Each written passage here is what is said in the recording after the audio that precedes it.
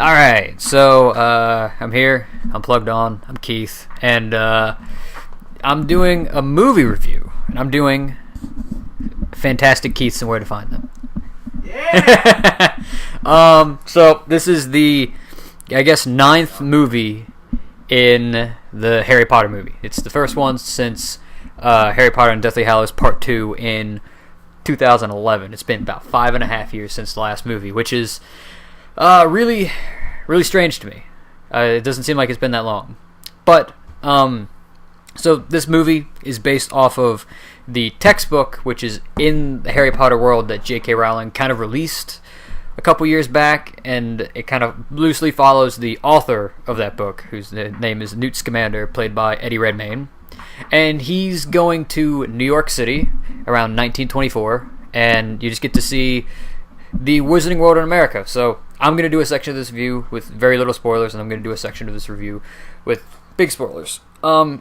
So I like the setting. The setting of being in a city was really nice because, you know, in all the Harry Potter movies, you mostly spend a lot of your time in Hogwarts, so, you know, you get to see the same stuff over and over again. And then a lot of Deathly Hallows, either part was spent like in the countryside and like in the woods. So you don't really get to appreciate that kind of dynamic. And I thought New York City is interesting because, again, it's a city, but then also we get to see how the Wizarding World in America is different than the one in Europe. So, like, some of the things that I picked up on in the movie was, of course, the Muggles are called No-Mages, which is what they're called in America.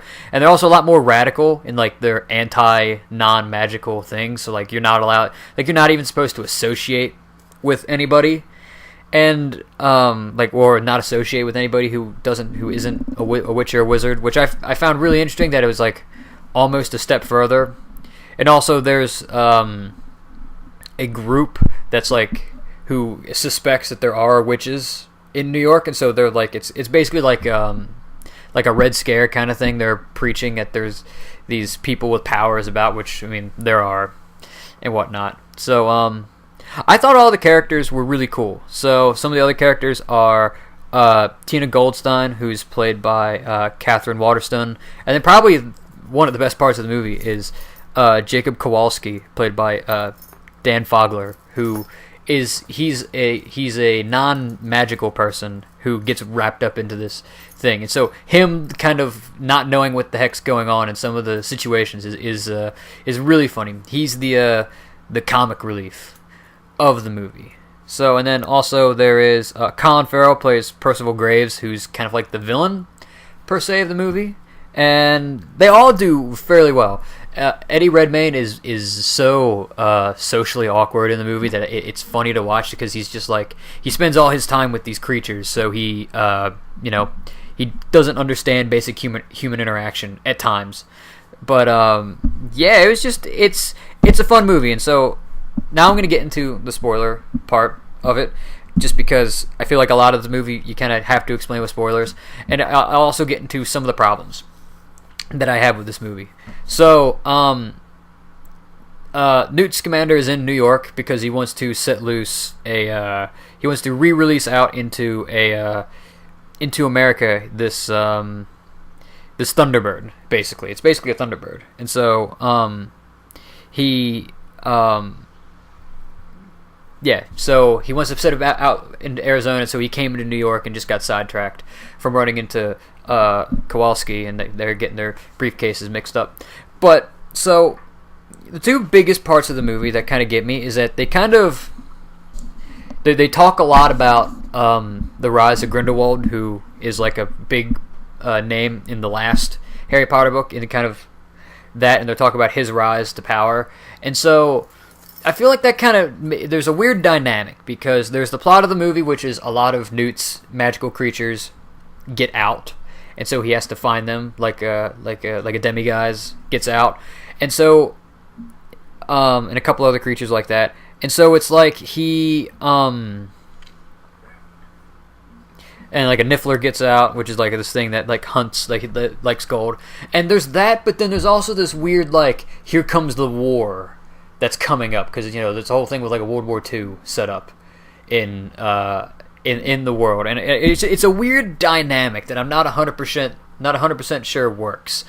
And so one of the things that's kind of revealed is that the Colin Farrell's character, again Percival Graves, it turns out he's Grindelwald, who, as everybody kind of knows at this point, is played by Johnny Depp.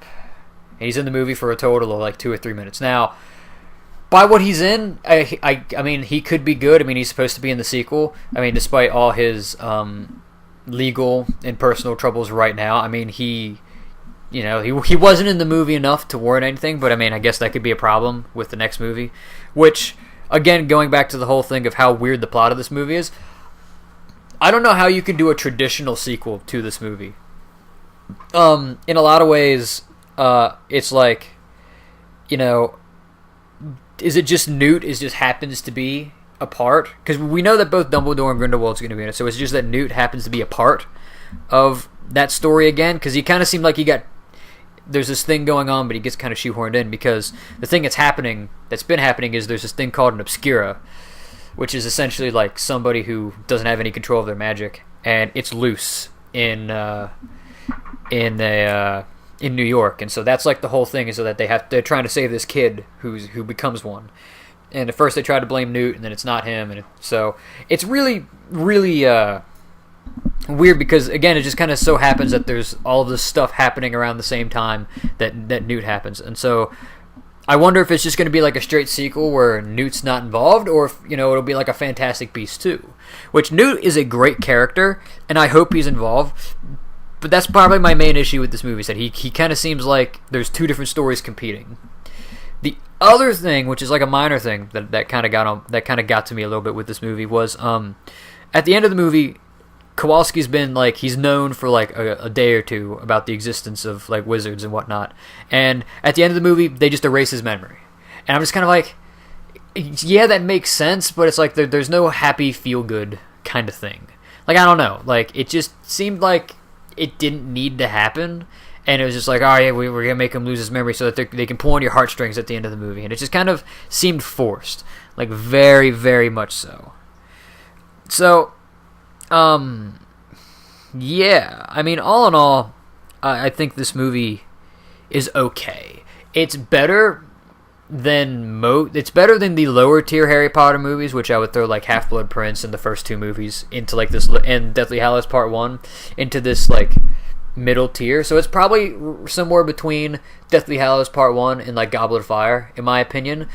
And like the special effects are great. The movie looks great because there's like all kinds of cool creatures like Erumfant and demigods and Billywigs and all these other magical creatures. And the CG looks awesome, and it just kind of, everything made sense. And seeing everything, but there's just a couple issues. Like it's an okay movie. It does enough so I can stand on its own, and that it doesn't have to cater to Harry Potter. But at the same time, it's like, I feel like some people got so overly excited for this movie, and so they wanted so much. They wanted like another Harry Potter movie, but it never ended up happening. So, but this is what I wanted all along. I just wanted more stuff from this world. Like, it doesn't have to be about Harry, like the recent play was. It doesn't have to be about him. I just want to see this world more. So yeah, that's my review of this movie for the most part. I mean, there's not too much else to talk about. If I had to give it a score, I give this movie a 7 out of 10. It's an average movie. Like I said, it's probably like a middle of the pack movie. It's not the greatest thing I've ever seen. Neither is it the worst. I just hope that maybe that the sequel is a little bit more tight, and I hope that they can do it right. And I mean, I'm excited, especially now that they're doing 5 movies. And it's supposed to go all the way from now up until the rise of Voldemort. And so I just hope it's not like, oh, all these things are happening and Newt just happens to be there. But yeah, so thanks for watching. Don't forget to hit like, subscribe, all that good stuff. Check us out. Plugged on Vids, Facebook, Twitter, all that good stuff. And yeah, catch you guys later.